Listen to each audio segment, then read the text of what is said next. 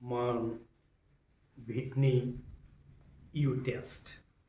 This is also a very important non-parametric alternative of t-test. So firstly, the concept and the working process. The Mann-Whitney U test is more useful and powerful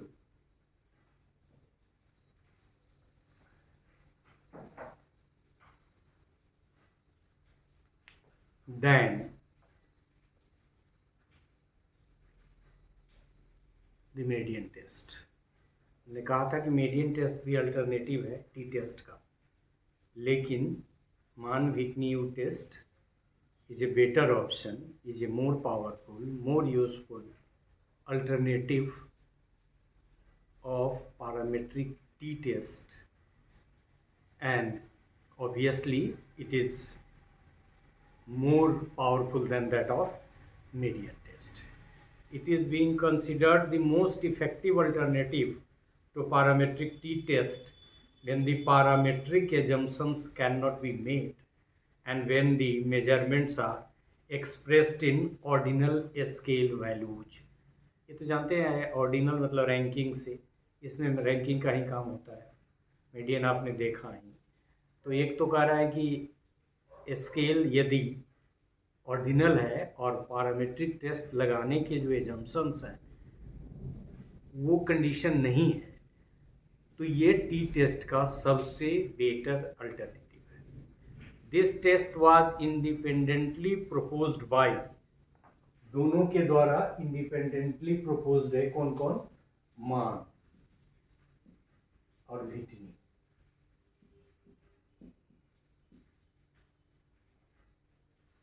And is non-parametric substitute for the parametric t-test.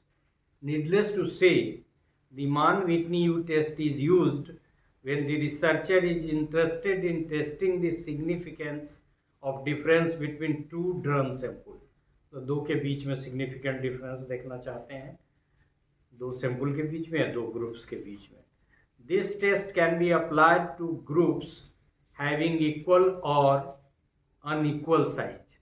मतलब N1 T test का एक assumption ये भी है, हालांकि इसको लोग violet करते हैं कि N1 और N2 का मान ऑलमोस्ट बराबर हो, लेकिन यहाँ एक बात ये भी कह रहा है कि if the size of the N1 and N2 is different, even then it is more powerful and it can be applied. So groups having equal or equal है तो well and good, नहीं भी है तो भी इसका इस्तेमाल कर सकते हैं. The test is concerned with larger sample size, say more than 20 cases. और ये 20 केसेस का एक लफड़ा है, और हम लोग दो तरह के केस को देखेंगे जिसमें दोनों ग्रुप में से किसी एक ग्रुप में भी यदि साइज 20 नहीं है, कम है, तो दूसरे फार्मूला का इस्तेमाल करेंगे, और यदि दोनों में से किसी एक में या दोनों में 20 एंड एबव है तो इसको हम लोग कन्वर्ट करेंगे U को Z में, Z is a parametric test you know, और तब इसका इंटरप्रिटेशन करेंगे. That you will learn gradually. तो फिर हम आ जाए. The test is concern with larger sample size, say more than 20 cases. Data must have been obtained in terms of rank. अभी कहा कि ऑर्डिनल लेवल, लेकिन where the data have been obtained in terms of scores, rank के term में यदि नहीं है, score के टर्म में है, then what? For application of the Mann-Whitney U test, it is essential that those scores be converted into rank without much loss of information. एक तो ये रैंक वाले डाटा के लिए है, यदि डाटा स्कोर के फॉर्म में है तो उसको रैंक करना होगा, और रैंक करने के क्रम में इस बात का भी ध्यान रखना होगा कि ज़्यादा इंफॉर्मेशन में चेंज ना हो, लॉस नहीं हो. For a small sample other method of computation is being used which we shall not be discussing as in research we may not think of too small sample size. हम लोग दो ही तरह का करेंगे, उसमें और भी कई तरह के प्रॉब्लम है, लेकिन हम लोग करेंगे एक में यू स्मॉल वाले के लिए यू निकाल के यू का फॉर्मूला दोनों ग्रुप का यू निकालेंगे, जो स्मॉलर यू होगा उसको यूज़ करेंगे, और एक ये करेंगे कि यू को यदि 20 दोनों ग्रुप में से किसी एक ग्रुप में भी 20 एंड एबव है तो इसको हम लोग यू को कन्वर्ट करेंगे जेड स्कोर में, और जेड स्कोर में कन्वर्ट करके निकालेंगे। वो इंडिविजुअल प्रॉब्लम से क्लियर हो जाएगा। For a small sample other method of ये मतलब जनरली मानना यह है कि जब बहुत छोटा है 5-10 में तो हम लोग रिसर्च इम्प्लीकेशन करेंगे नहीं, भले ही सवाल बनाने के लिए इस्तेमाल करें, लेकिन जब सैंपल साइज ही इतना छोटा हो तो क्या निकलेगा, क्योंकि सैम्पलिंग का कंसेप्ट ये तो कह ही चुका है कि जितना बड़ा सैंपल होगा वो पॉपुलेशन का उतना बड़ा रिप्रेजेंटेटिव होगा, मतलब उसके एट्रीब्यूट्स को कैच करेगा आदि आदि।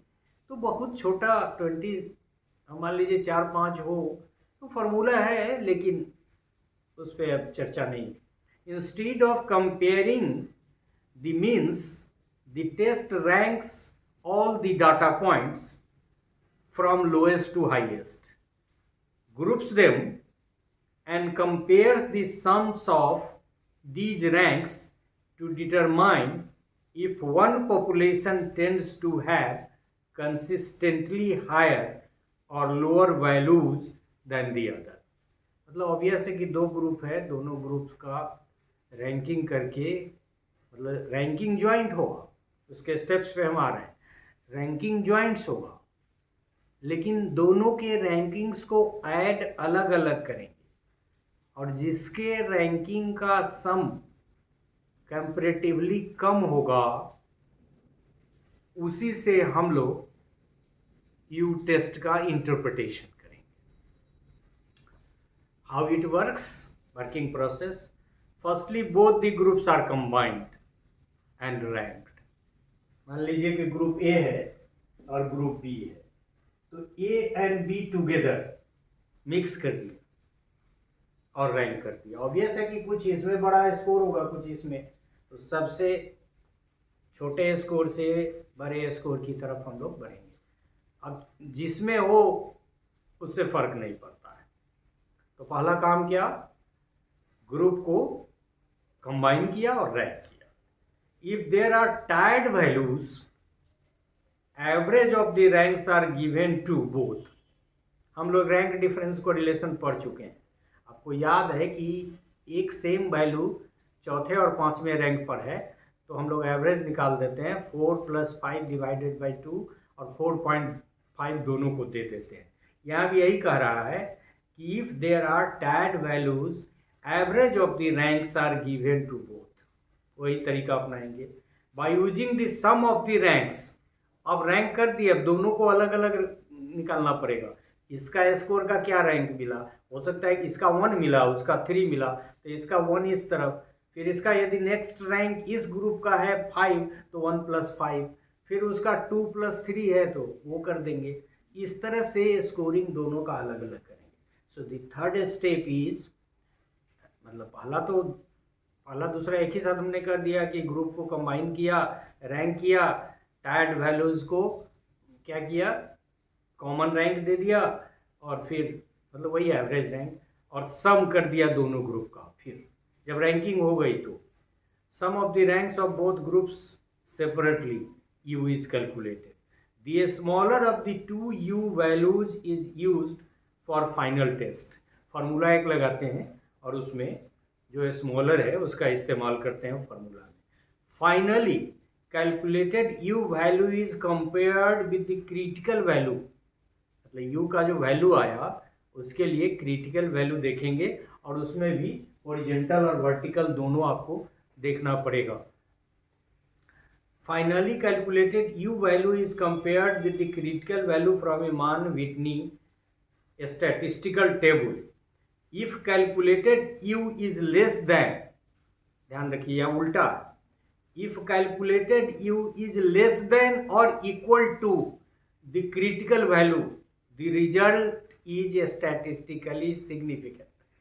जनरली बराबर तो हम लोग उधर ले लेते थे, लेकिन यहाँ बराबर और कम स्कोर यदि आपका आया टेबल वैल्यू से तभी सिग्निफिकेंट होगा। So the reverse is true बाकी टेस्ट की तुलना में।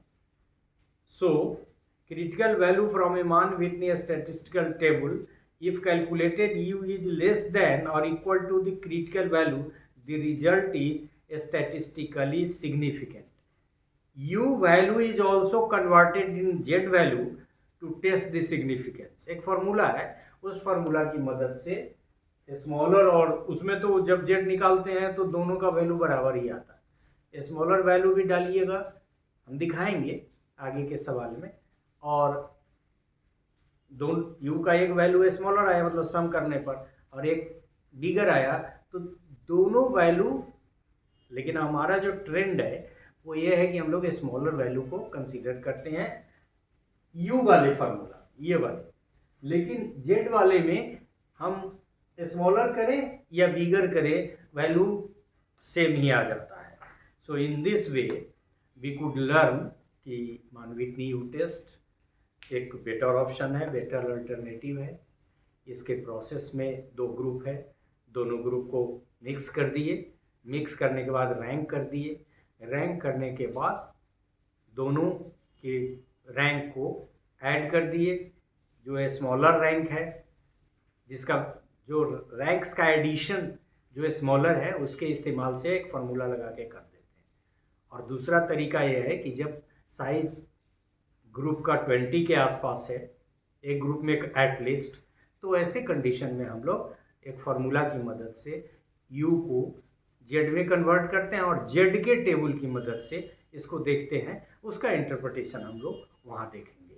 सो this is all about this Mann-Whitney U test concept and working process, and it will be repeated. चूँकि जब भी हम सवाल बनाएंगे तो वहाँ हाइपोथेसिस से जैसे स्टेप लेंगे कि पहले हाइपोथेसिस बनाएंगे फिर क्या करेंगे, तो उसमें ये सारी चीज़ें रिपीट होंगी। So this is all about this part in which we could learn about the concept of Mann-Whitney test, U test and its working process.